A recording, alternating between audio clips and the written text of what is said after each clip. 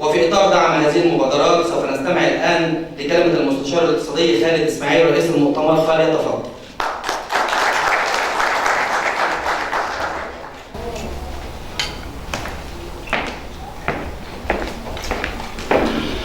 السلام عليكم ورحمة الله.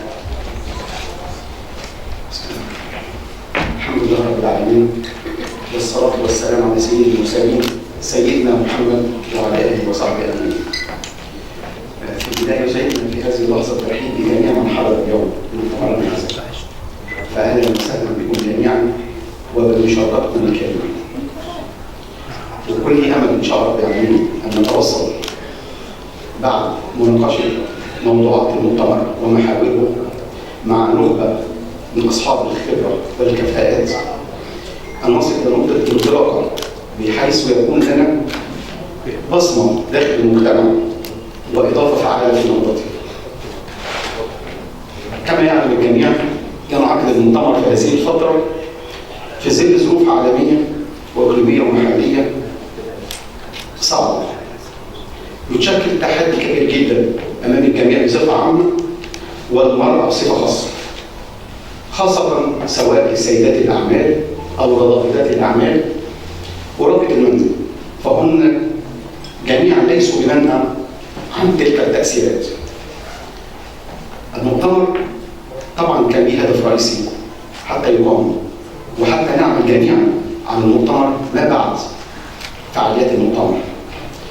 فحاولنا من خلال محاور المؤتمر إسقاط الضوء حول عدد من الموضوعات التي تتعلق بدور المرأة في التنمية الاقتصادية، خاصة التحديات والصعاب التي تواجهها سيدات ورائدات الأعمال ومن خلال جلسات هذا المؤتمر.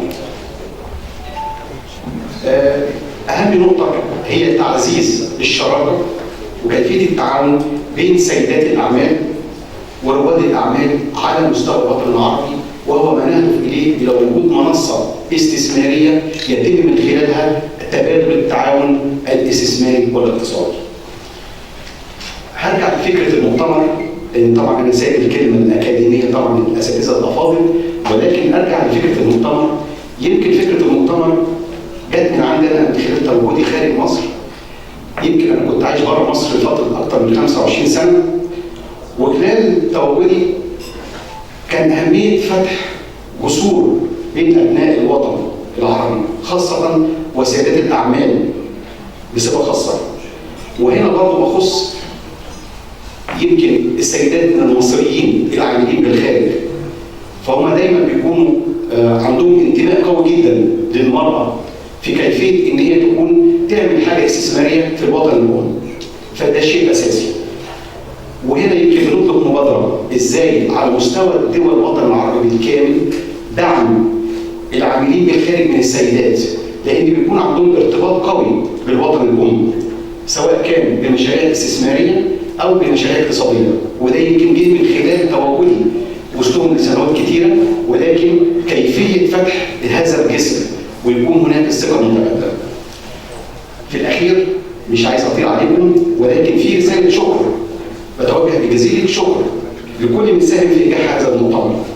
طبعا في البداية بشكر الهيئة العليا للمؤتمر واللي تعبتهم معايا فعلا.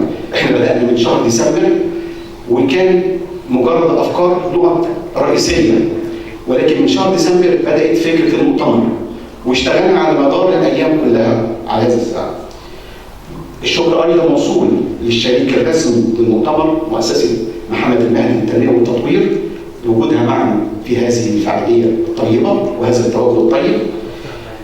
أعضاء المجلس التنفيذي، الناس اللي هو طبعا كانوا كلهم جميعا بيشتغلوا في الظل وكانوا كلهم سواء في السوشيال ميديا وفي صفحات كانوا بيشتغلوا معانا، وشركاء النجاح جميعا. أيضا الشكر موصول لجميع القنوات الإعلامية جميعا بدون استثناء. يمكن بتكلم وتواجدهم معانا النهارده سيادة النائب محمد اسماعيل قناة الحدث القناتية، السيد الدكتور ياسر شكر بالنسبة لقناة الشمس، والعديد من القنوات وايضا المواقع الاخرى لحرصهم على التواجد في مثل هذه الفعاليه واللي احنا بنتكلم فيها لوجود اضافه للاقتصاد القومي المصري كل في مكانه في تواجد هذه النخبه الاقتصاديه.